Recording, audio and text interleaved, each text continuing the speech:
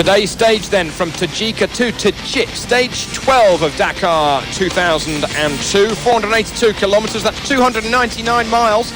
And by the time the crews arrive into Tajik, 80% of the total route will have been completed when they get there. The white sands of Tajik are the trademark of the bivouac.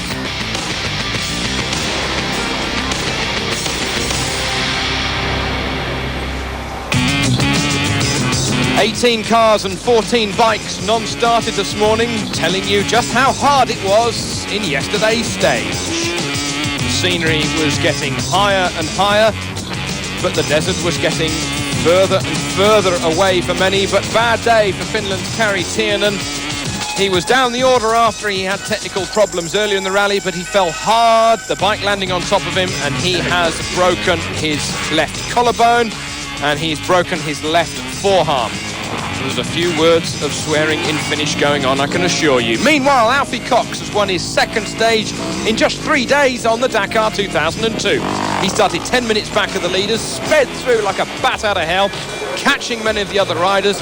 He said it just felt good for him today, and he decided that it was really now or never for an overall win on the Dakar. More importantly, though, he has gained a position overall. He's from 4th, and he's now 3rd. Fabrizio Mioni leading overall at the beginning of the day by 1:27 seconds. He lost his clutch at the beginning of the day. How difficult is that going to be on a V-twin heavier motorcycle than the singles? Mioni, though, was 3rd in the stage. So who was 2nd? The answer to that question was Spain's Nani Roma. 40 seconds slower through the stage than Alfie Cox, but Roma not without trouble himself. He lost his electronic trip, and by the time he got to the finish, it read 318 kilometres. That was over a 482 kilometre stage. He therefore made a couple of navigational errors, and he just lost a little more time to Cox, but he's gained a little on Mioni. De Gavado, low on power, human power. He's got a bit of a bug at the moment, bit of a fever. And then he took a wrong direction after a control point, and he lost some 21 minutes. 27 minutes, my apologies. On board with Pierre Quinonero. Remember, he won the opening stage of the rally. He says, I've got a picture of my mother on my motorcycle in front of me, so if I have a problem such as I had yesterday in the sunshine, I just look at her and she gives me strength. Dans les moments difficiles comme hier, quand j'en ai bavé, on regarde un coup la photo, ça nous fait rigoler.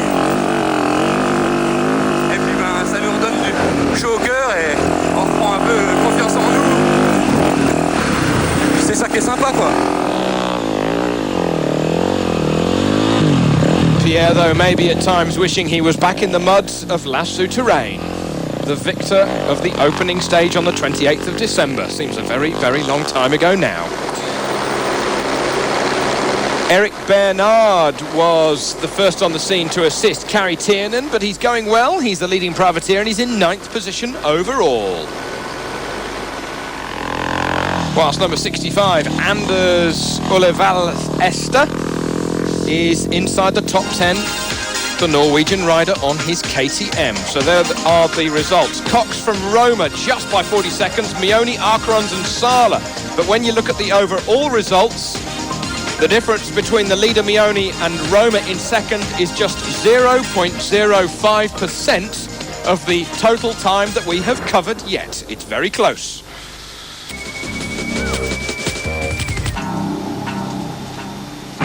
I was leading this morning, but then I broke my electronic trip, and I then had to use my spare one. I made 2 or 3 mistakes in navigation, but nothing really important.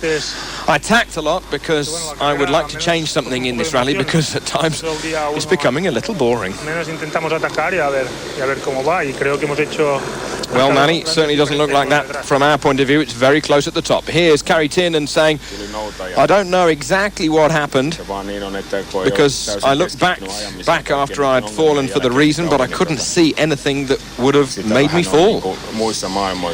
I think I was not concentrating enough, because from yesterday I've had an upset stomach, and it's in situations such as this, when you're not concentrating to the maximum, that these mistakes happen. ei toikaan ollut mikään edes paha paikka. Et en mä tiedä yhtään, että mitä mä olisin kaatunut, koska taju oli pois ekaa kertaa mun uran aikana vähän aikaa. No, mutta ei muuta kuin rautaa vaan käsivarteen ja solariin, niin pääsee taas ajan Enduro MM-sarjaan. Well, for the second time in not very many days, the winner of the stage in the motorcycle section was once more Alfie Cox, and once more you did it by less than a minute. How'd you time it that fine? Well, you know, I think the last 2 or 3 days the organisers have changed. Instead of 1 minute gap leavings, we're leaving 2 minute gaps, so I think to try and make better racing. So today I started 10 minutes behind, so I've been chasing down the leaders. It's been a hell of a dogfight, and for me the day just got better and better as we went along. I got to the refuel, and Roma was the clear lead at the refuel. He actually, I think, had pulled 4 minutes for the overall lead, and he said that the trip master wasn't working so well coming home. And you know, I'm in 4th place, chasing down 3rd, and I left the refuel 2 minutes behind De Guevara, caught him up, and it looked like he wasn't in a hurry. I thought, no, I must take my chance today.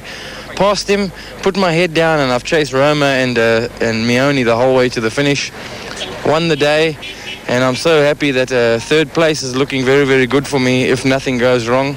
Hopefully that fat lady's going to sing for me in Dakar. One of the best stages you've ever had on the Dakar? Yeah, I would say, because it wasn't an easy win. You know, normally to come from behind is very easy to win, but this was a really, really physical day. I mean, you had to be 100% strong. I mean, the last 150 kilometers home was a very broken road. Very, very fast, and you know what it does to your hands, and you're just holding on for dear life. And yeah, I would say very good stage today, and one of the better stages, but not too many left, and hopefully we can get to Dakar. Your hands may have been hurting when you arrived here in the bivouac, but you seem as fit as a butcher's dog. I don't know how you do it. No, look, you know, luckily in South Africa, you know, we race for 11 months of the year. We don't have a strong winter, so you know, it's one plus against the Europeans. You know, once August comes, it starts getting cold, and you know, my summer starts right away then, and I can train.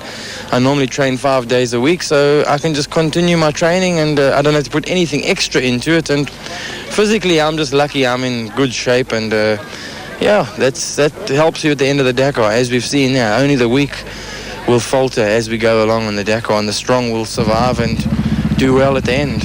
Well, we look forward to seeing you on the edge of Lacrose come Sunday.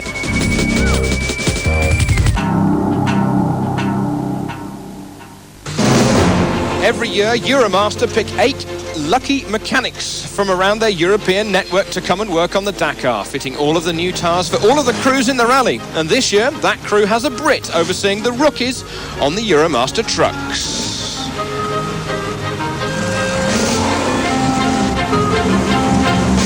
My name is Bryn Lewis, and I'm the Regional Operations Manager for Euromaster.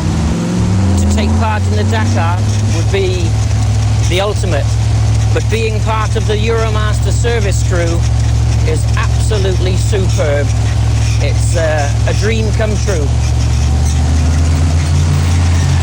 Bryn is no stranger to big 4x4s, being heavily involved in British off-road rallying. Oh, good, yes. Ready for next year. Ready for next year. Excellent. Going to finish a few races, I hope. Oh, yes, definitely. As you saw earlier with my buggy, my passion, or my love is motorsport and racing the buggies. Going on the Dakar is an absolute thrill, because to see the machinery that is actually on the Dakar and in the surroundings and the scenery that they're actually racing in is absolutely tremendous. It's fantastic that he's managed to go back a second time.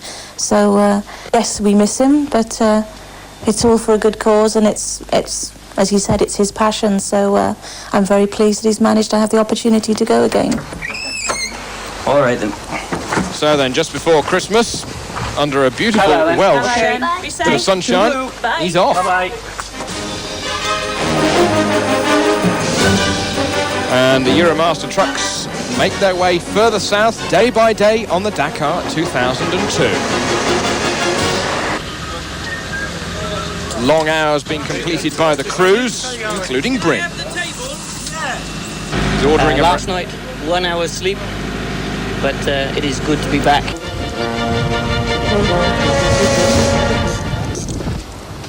rest? Yes, before we start again. 'Cause, the last 2 days were hard work with the 2 days in Dakar. But very good.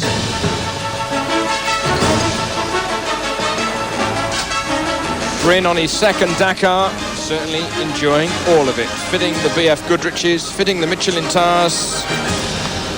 He's enjoying it. It is the best off-road event in the world, I think.